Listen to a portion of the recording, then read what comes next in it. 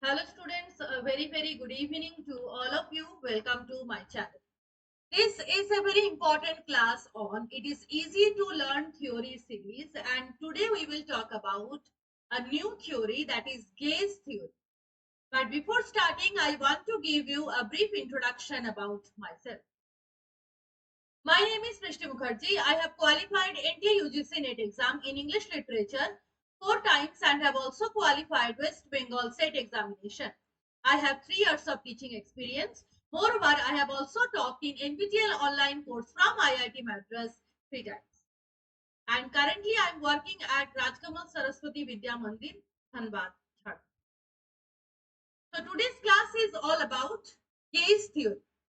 This is the link of my Telegram channel. The link is already given in the description box. So those of you who have not joined yet, please join to get notification of all important classes. And also please don't forget to like, share and subscribe my YouTube channel so that many more new learners can join. So let's start.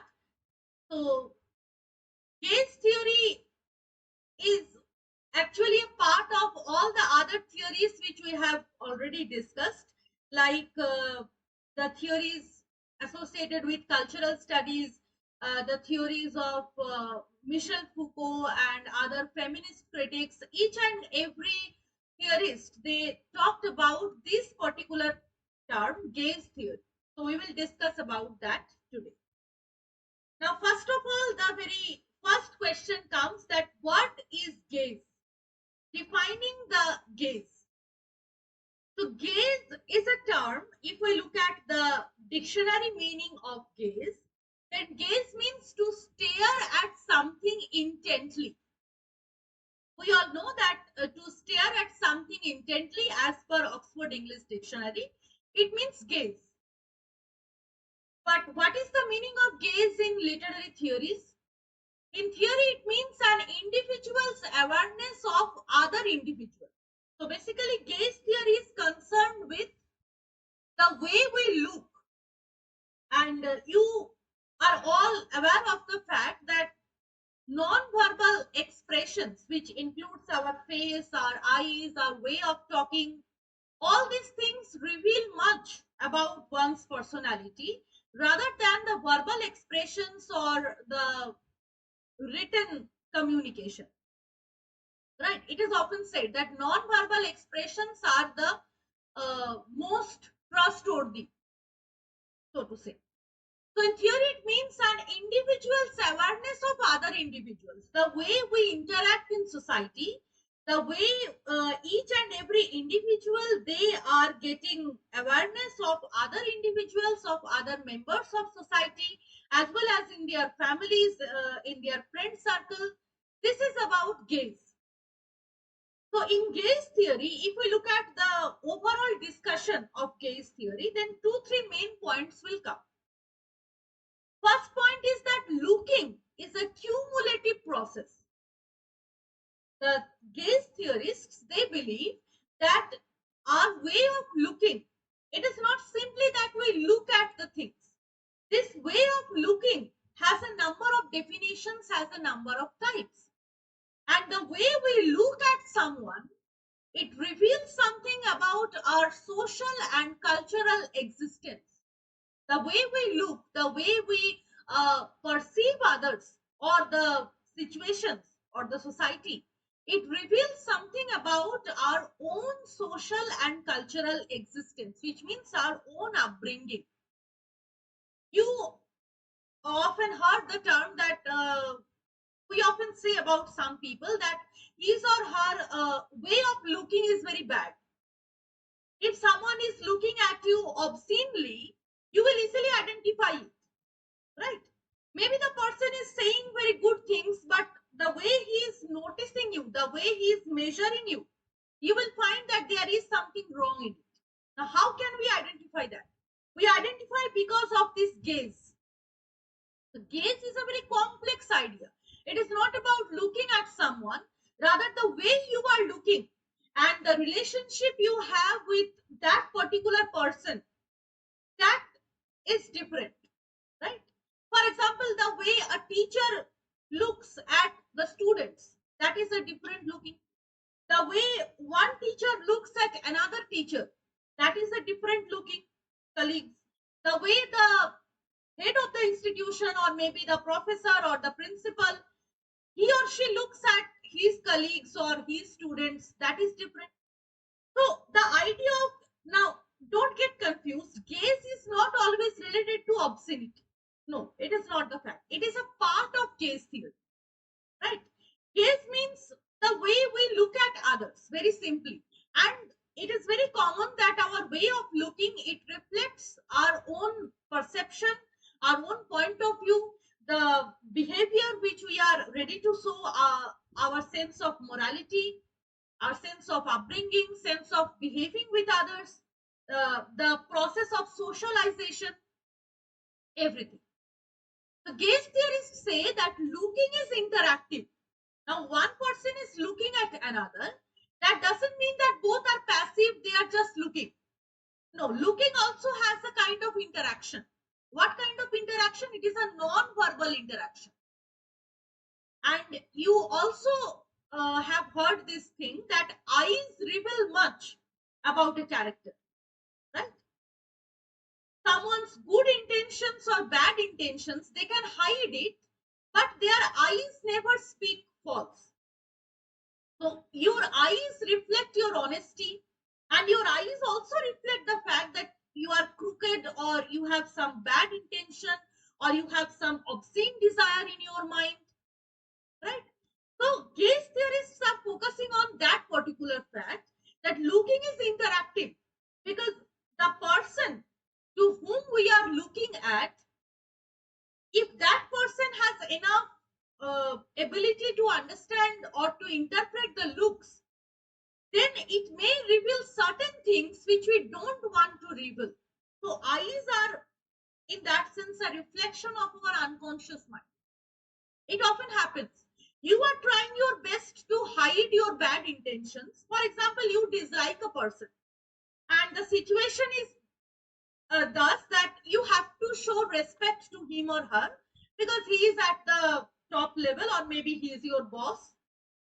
So you have to pay respect to him, but you know very well that he is a corrupted man, or he has some bad intentions, and you also dislike that person, but you will try to hide it because of the professional ethics, right? But your looks will definitely reflect at one point of time that you dislike that person, and it often uh, reflects our unconscious mind, the id, as Freud mentioned. So it's a very interesting theory that we are judging the looks of other people, and if we take it from the perspective of gaze theory, then it is very common to understand the person. Maybe there is no verbal communication, but we can easily identify the honesty of that person or the evil desires of that person. Both can be revealed by the looks. So gaze theory, basically, if we speak about the main purpose of that theory or the main agenda of the theorist, then gaze theory basically wants to develop ways of exploring the interaction between different forms of literal and metaphorical looking. Literal looking and metaphorical looking. What does that mean? Literal looking means that there is no inner meaning. You respect that person, and that idea is getting reflected in your eyes. You dislike that person and you behave accordingly. But metaphorical looking means that thing that when we say one thing and our looks express some other things. Maybe it is obscene, maybe it has some other desires, not always obscenity, but maybe I have the desire to kill someone, and that desire will be reflected in through my eyes, or automatically, unconsciously. So this is gaze, the way we interpret the looks, that is gaze. And gaze theory is also a part of psychoanalysis, also a part of cultural studies, sociology, philosophy. In each and every branch of studies you will find the idea of gaze, it is there. So this is about the basic definition of the term gaze in terms of dictionary, general meaning, and in terms of literary theory. Now we will discuss about what is the history of the theory.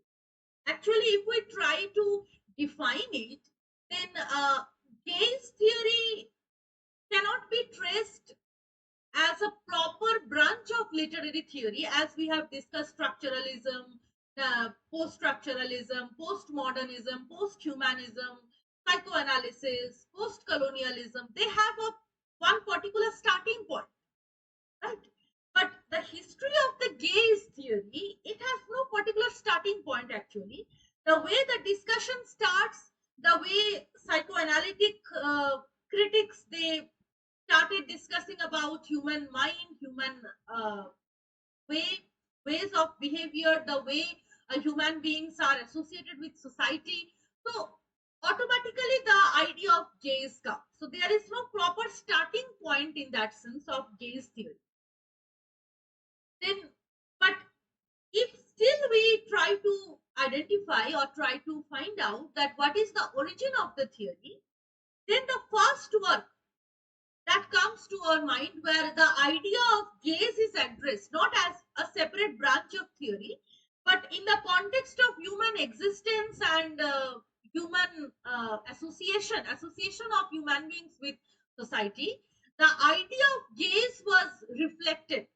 And that is why the existentialist critic and writer Jean-Paul Sartre, you have all heard his name, Jean-Paul Sartre's famous work Being and Nothingness. For the first time, not for the first time actually, in the field of existentialism, for the first time, Jean-Paul Sartre mentioned about this gaze. And if we take back to the idea of psychoanalysis, then Jacques Lacan, we have already discussed psychoanalytic theory in detail. So you can watch that video. I have talked about Freud, I have talked about Lacan and all other psychoanalytic critics. So when we discuss Lacan, you must remember that we have talked about the mirror state, right? Basically, Lacan focuses on the development of a child and how a child is getting awareness of the outside society, and that particular child is receiving the sense that okay, I am a separate entity. Lacan focuses on that, and in that context Lacan describes so many stages: mirror stage, symbolic stage, semantic stage. We have discussed it. Now if we look at the mirror stage, then he talks about a kind of psychological gaze here. How? Remember, we have discussed that in the mirror stage, what happens? A little baby, when he or she looks at the mirror, for the first time, he or she takes that realization that, okay, I am a separate entity from my mother. My mother is a separate person, my father is a separate person, and I am a separate person. Before the mirror stage, the child believes that whatever is my mother, that is me also. My mother and I both are the same entity. But for the first time in mirror stage, the child develops a separate consciousness. Lacan has beautifully expressed it. The child looks at the mirror, and when the child sees the reflection of himself, he he comes to know that okay, I am separate from my mother. But here also a kind of double consciousness arises. The child is not able to understand the fact that the person who is inside the mirror, that is actually me, the reflection of myself. The child believes that inside that mirror there is another child, and that child is behaving the same as I am behaving. So the baby takes the child inside the mirror. If I term it as mirror child, the baby takes that mirror child as the ideal, and he wants to be like him or her. So the child aspires to be like that, and there the concept develops of that ideal ego, as Lacan has mentioned, that it is a kind of ego. The sense of ego develops from that particular stage, but still the child is not able to understand that the child who is inside the mirror, it is me. Both are separate. The child believes that I am a separate entity, and the child who is inside the mirror, who is behaving just like me, who is copying my actions, he is another entity. And I want to be like him. That is why the child loves to play with the mirror, all the activities he loves to perform before the mirror, and he enjoys that. So there the concept of ideal ego develops, and that ego ultimately shapes to the conscious mind, the rational mind, which Freud has mentioned. Right? Now, where is the idea of gaze? So Lacan says that if we look at the mirror stage, then there is also this gazing fact. And you also notice one thing, that when a child looks at something, the looks reflect the curiosity, the intensity of passion, right? And he looks at the object or maybe the person with a gaze. Maybe that gaze has some innocent curiosity, but it is gaze. So when the child looks at the mirror and the child inside the mirror looks back at him, there is a kind of communication between the two. The child sometimes laughs, the child sometimes get afraid. So that is also a kind of gaze. So Lacan mentions that through the mirror stage, when the ego develops inside a child, it is a part of this psychological gaze. It's a psychological gaze. We cannot understand the fact, but if we take it or if we try to understand it from the perspective of a child, then we can easily realize that, okay, the child is thinking in that way. So he loves to gaze at the mirror. Psychological gaze. Now, another kind of gaze is there. That is not said by Lacan, that is said by other psychoanalytics, that it is a kind of uneasy feeling. It is a kind of anxious feeling that someone is being watched. Look at the concept of CCTV. You will understand it very well. That in today's world, we are all familiar with CCTV. So what is the job of a CCTV? CCTV actually puts a kind of aura of gaze throughout the people or throughout the society. And you often notice the board whenever there is CCTV, whether it is in educational institution or any office or any place, there is a board, you are under CCTV surveillance. आप कैमरे के नजर में. Now, why is that board put, put up? When we notice that board, you will notice it, you will feel it. This is a real life experience. Whenever we notice that board, that you are under CCTV surveillance, automatically a sense of anxiety comes inside our mind, that someone is watching. It means that someone is watching you. If you have some dark desires within your mind, if you want to do something wrong, whenever you see the board, you will be cautious that, okay, I am under CCTV surveillance, which means someone is watching. Now, maybe that CCTV is put up, the CCTV is not working properly. That can also be. But the visitor or the participant or anyone who is entering into that room or that campus, he or she is not aware of the fact whether the CCTV is working or not. But he or she will be cautious that, no, I have to behave properly because someone is watching me. So this is a kind of feeling, an anxious feeling, and you will feel nervous. You will feel nervous whenever you are going to do something. You will feel nervous. You often see that inside the classroom, inside the school or colleges, CCTV is put, and it is mentioned in a notice board that you are under CCTV surveillance. So whenever you are going to take class, or whenever the teachers are passing through the corridors, or whenever they notice the camera, they will be cautious that, okay, someone is watching. Maybe there is a monitor or anything else at the chamber of the head of the institution. He or she is watching you. So it is a kind of anxious feeling that I am being watched by somebody. The eyes are invisible, but the camera is watching you.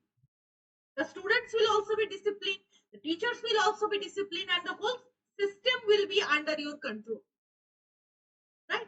So this is also a kind of gaze. Now, this is a kind of power setup which I have just mentioned, that in educational institution or in offices or in any kind of campus, university campus, CCTV camera is being put. That is good. You have to take watch, or you have to take a look at each and every corner. So it is not possible for a single person to take a round and look at each and every corner. CCTV will help. If any unpleasant situation arises, then CCTV footage will help to track that criminal or anything else. In highways also, in roads also, CCTVs are good. This is good. But if we analyze it from the perspective of psychology, then this idea of gaze, it can make someone mad. Think about the gaze of your consciousness, of your conscience, not consciousness, your conscience. For example, a person, he is a serial killer or anything else. Take an example. He has murdered so many people, and it is revealed at the end that ultimately that person goes mad. How? The person is very strong. He has murdered so many people, even if he has murdered his family members. But at the end of the day, or at the end of his life, he becomes mad. Why? Because this idea of psychological gaze is there. Your conscience is watching you. If there is no CCTV outside, there is always a CCTV inside your mind. Your conscience is watching you, and whenever you are doing something wrong, your conscience will prick you that you have done this wrong. Now imagine a person who is a born criminal, or who has murdered so many people, who is a serial killer. He is not getting arrested by police or by the court or anything else, but he cannot escape from his conscience, and that gaze of the conscience, someone is being watched, it can drive away the person into madness. If constantly you feel the fact that someone is watching me, and if it results into a kind of mania, then it will drive you to madness. And that person will lose the sense of autonomy, the sense of confidence that someone is watching. And it often happens that you are doing the right thing, but constantly you will feel that, am I doing something wrong? Someone is watching me. Am I doing something wrong? So if this works constantly in your mind, then maybe you will lose your mental balance at the end of it. So gaze has that much power. Only looking at someone, it has tremendous power to control the mindset. Psychological gaze is all about that. So two types of gazes. One gaze is mirror stage, which Lacan has mentioned, and another gaze is there. It is not by any particular theorist, but overall, in psychoanalysis, this kind of gaze is there. Now we come to Freud, the main theorist of psychoanalytic criticism.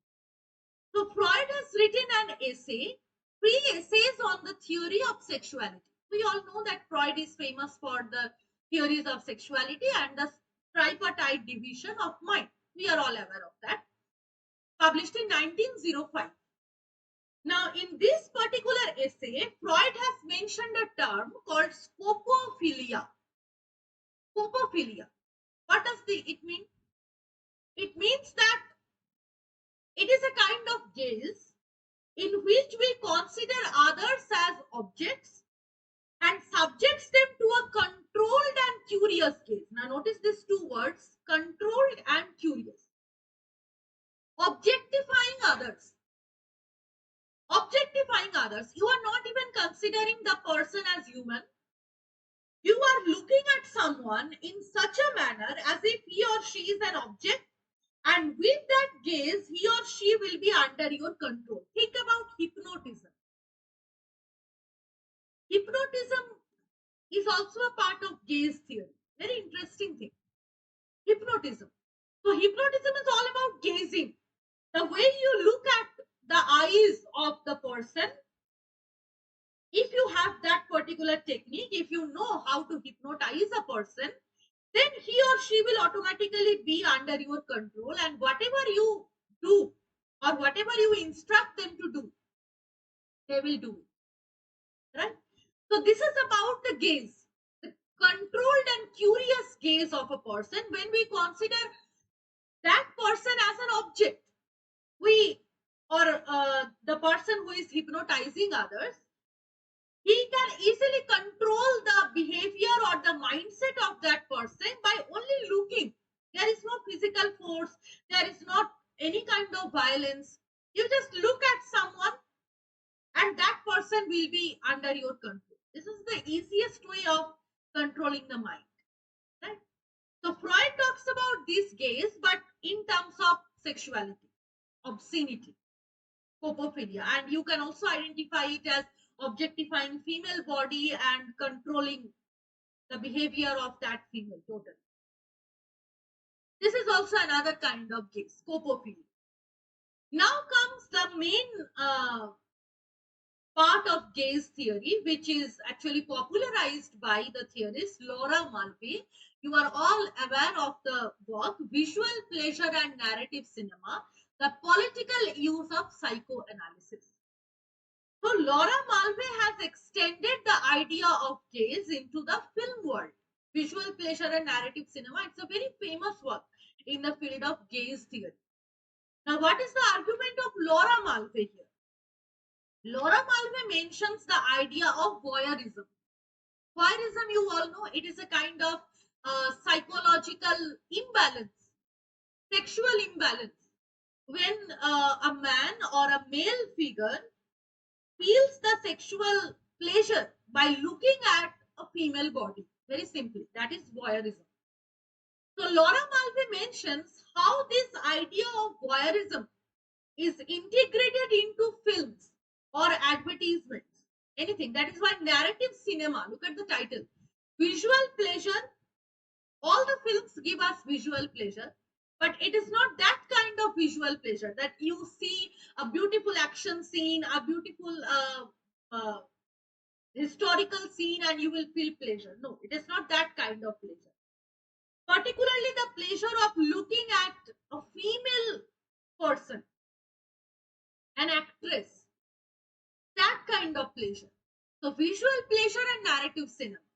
So Laura Mulvey mentions, by taking examples of the contemporary films, mentions that films generally objectify women characters. We have also discussed it in detail when we talked about feminism. Many feminist critics have objected towards the idea of showing advertisement. And in today's world also, if you notice particular advertisement, then the advertisement of beautiful things like fairness cream or anything that is related to your body, that is shown by female characters, and anything that is masculine, for example the advertisement of any cricket bat or any wall paint, it is based on the male characters or the male actors. So whatever it is, that is different discussion. But if we focus on the idea of gaze, then Laura Mulvey mentions that the films of contemporary world, they generally objectify women characters, and the main focus is on women body. Now this visual pleasure can be of both sides, both from the perspective of a male audience and from the perspective of a female audience. So when a male audience is watching an actress, for example, she is performing any obscene dance by wearing short dresses, he will get that sexual pleasure. There is no physical contact. You are only watching the film. You are the audience. You are in that sense passive. But your mind is active. You are feeling that kind of pleasure. Voyeurism. Male gaze. The idea of male gaze comes from that. So gaining sexual pleasure from watching a woman, it denotes impotence and psychological imbalance. Obviously, it is a kind of psychological imbalance. Not everyone will feel the same thing. But if a person has this kind of imbalance, sexual imbalance in himself, or maybe that person is not happy in his or her, in his physical life or in his family life, then he can move to that kind of pleasure. So it denotes impotence because it results you to passive inactivity. You are watching a movie in hall or you are watching any performance in theater, so you are the passive audience, you are not doing anything, but your mind is getting excited, your body is thrilled when you are watching those particular scenes in a movie or in a theater. So Laura Mulvey applies it with all the spectators who are going to watch that kind of movie or any particular scene of that movie. We love to watch it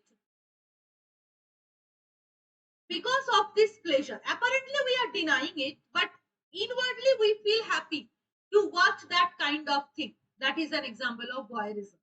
Laura Mulvey mentions that, and later this theory is developed into the idea of male gaze. We will also talk about male gaze. Now comes another kind of gaze in the power structure. There is no obscenity here. It is a kind of control that is mentioned by Foucault. Discipline and Punish. You all know his very famous work, The Birth of Prison. He develops the idea of panopticon, which is actually given by Jeremy Bentham. What does panopticon mean? According to Jeremy Bentham, which Foucault has also extended the same idea, that panopticon is a type of building. And during the ancient time, the prison houses or the prison cells, those were made as per this panopticon structure, and it was built to reform the criminal's personality so that he will be prevented from future crime. So the word panopticon, it is derived from the word panoptis. It means all seeing, all seeing. So the idea of panopticon is that the prison house should be built in such a way that prisoner's shell will be presented in a round shape. For example, this is a tower, and in this way the prisoner's cell will be there. In this way the cells will be there. There is a tower. Now in the middle, this is the watchtower from where an authoritative person will watch. There the jailer or maybe the head of the prison, he sits there and he will watch all the prisoners working. The transformation is thinking of crime as a social evil. Now, how will it work? Foucault mentions that this is a kind of control of power. Remember the famous line from Orwell's 1984, Big Brother is watching you. Right? It is also the same thing. So the prisoners, they will be under control. You are not forcing anything. You are not doing any physical violence. You are not beating them. No punishment. Only they are put in their proper cells, and someone is watching. And there is the kind of ambience. There is the ambience that someone is watching you. If you do something wrong, then he will definitely take you back and he will punish you. That threatening is there. Now, whenever the prisoners are thinking of doing something wrong, this thing will come to their mind that no, someone is watching. And the cell will be built in such a way that they cannot see who is sitting at the top of the tower and watching them. They cannot see that person, but that person will see you. Now, it often happens that maybe there is no one. Maybe the jailer is absent. Only the watchtower is there. The jailer is absent. Still, the prisoners will believe that no, someone is watching. If there is that watchtower, which means that someone is there, he is watching us, and we should not do something wrong. So they will be self-disciplined. They will be self-controlled that someone is watching. So in this way, we can change the mindset of the criminals so that he can be prevented from some future crime. So reform the mindset. not by physical violence, not by anything. Though this is a long process, this kind of conditioning is a very long process, but it will work. And when it will work, it will give you the best result. Someone is watching you. And not only in the case of prison, but as I have just given the example of CCTVs, the CCTVs are put up with that particular idea only. In educational institution, in offices, or in any kind of important buildings, when CCTVs are put, it is only to enforce self-discipline among the colleagues, among the workers, among the participants, the students, the teachers. Everyone should be self-disciplined that someone is watching. Maybe there is no one, but maybe the CCTV is not working. But whenever you see the CCTV, you will feel that no, someone is watching. Big brother is watching. So automatically your sense of criminality or anything you want to do, you cannot do it. So the system will work properly. So this is the idea of panopticon, and look at the fact that there is also a kind of gaze that someone is watching you. You are under CCTV surveillance. You are under the vigilance of someone. You cannot see that person who is watching the CCTV, right? Only the camera is put.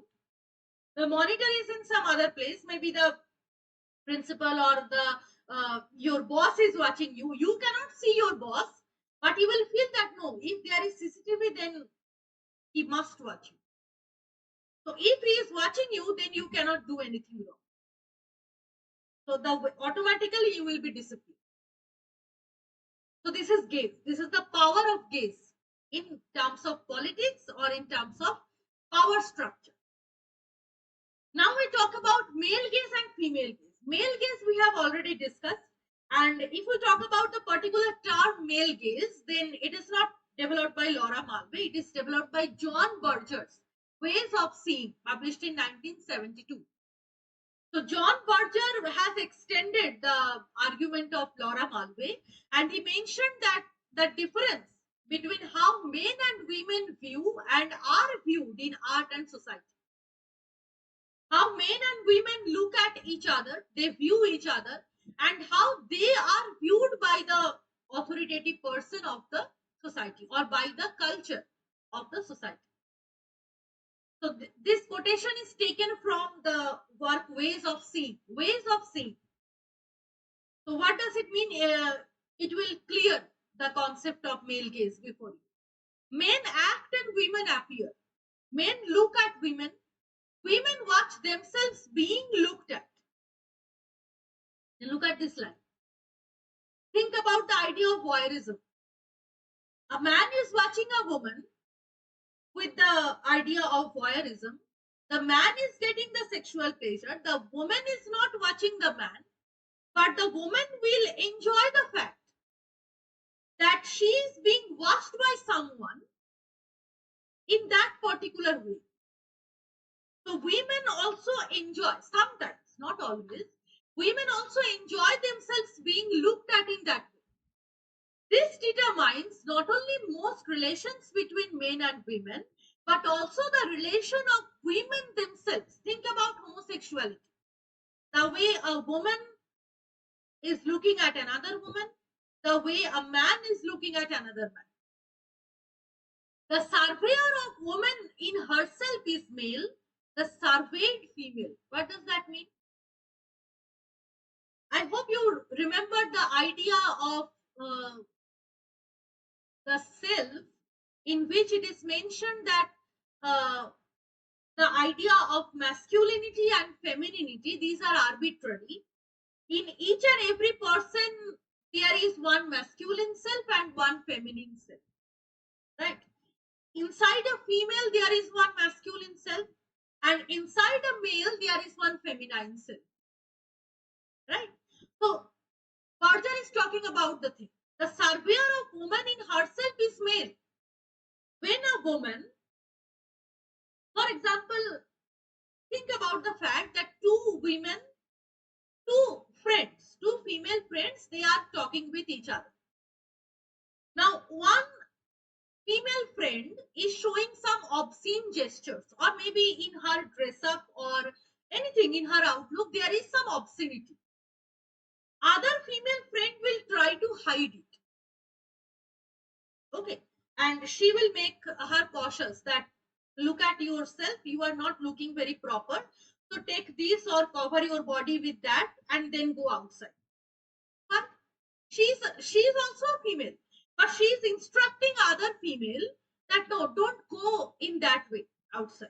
For example, your mother, you are wearing a kind of obscene dress and you are going to a party.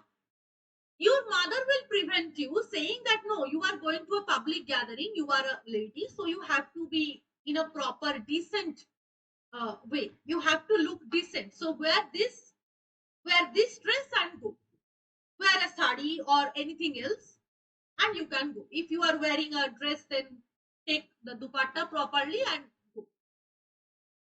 Now why is the mother saying so? The mother is also a lady. The mother is saying so because she identifies you from the terms of the male people of the society. She is thinking of the fact that my daughter is going outside, so how the other male members of the society will look at her. So she should be in proper dress, or she should be in a decent uniform, so that she cannot be subjected to that voyeuristic look. Right? So that is what John Berger is saying. The surveyor of woman in herself is male. When your mother is cautioning you of the fact, then your mother is viewing it from the male perspective, the surveyed female. Thus, she turns herself into an object, and most particularly an object of vision aside. So this is clearly negated by the feminist critics, criticized by the feminist critics, that in this way, women are themselves objectifying. Women are objectifying themselves. When your mother is cautioning you in that way, your mother is accepting the fact that you are an object in a patriarchal society, and in a public gathering, maybe there is some person or some male character who will view you in terms of obscene way. So to prevent that, you have to be like that, whatever it is. So most particularly an object of vision. Women are objectifying themselves. That is also a kind of gaze. A very complex thing, right? Not only simply that a man is looking at a woman, but when a woman is looking at another woman, or a man is looking at another man, there is also gaze. And that gaze indicates something different, as John Berger has mentioned. Now, if we talk about female gaze is also there in the feminist theory, and this particular term is coined by Judith Butler in her essay Gender Trouble. So Judith Butler says that for a man or for a male, female gaze is also important. When a masculine person, when a male is trying to show off his body or trying to be present in a handsome, sexually attractive way, then he is focusing, or he is giving importance to the female gaze. Right? Men choose to perform their masculinity. Look at the term. Perform their masculinity by using women as the ones who force men into self-regulation. So women are the main characters, or women are the main focus. When any man is wearing any dress, any kind of fashion, when a young man is doing all the things, then that man is expecting that all the ladies will watch him. Female gaze. And he will develop, or he will gain a different kind of pleasure when he is being watched by so many females. This is female gaze, Judith Butler has mentioned. So this idea of female gaze is later criticized a lot. Deborah Campier, she talks about the fact that it is not female gaze, rather female experience will be the more appropriate term. But I am not going into the debate of that. So this is the idea of male gaze and female gaze. And there are also other types of gazes: the colonial gaze, white gaze, oppositional gaze. In post-colonial theories also there are gaze, imperial gaze. We have discussed it also. Imperial gaze means the same thing. The way the white people or the foreign people, they are viewing the native ones as black, as obscene, as barbaric, something associated with negativity. They are also objectified by the white, irrespective of their gender, whether male or female. But the tribals or the native people, they are objectified by the superior class or by the colonizers. There is also a kind of imperial gaze. The way the British people look at ourselves, that is also a kind of gaze, but it is imperial gaze in the field of post colonial. And it also has a lot of political connotations, you can understand. So this is about gaze theory. I have Gaze theory has a lot of concepts in it. So I have tried to sum up the major ideas, and I hope it is clear to you what does it mean. Very interesting, and I think it will also be a very good way of research if you take some films and apply gaze theory on it.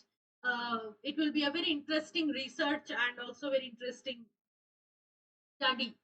uh, the way females are objectified, or the way even males are objectified in ads, or all this idea of gazing, all the romantic scenes which we watch in the movies, the romantic songs.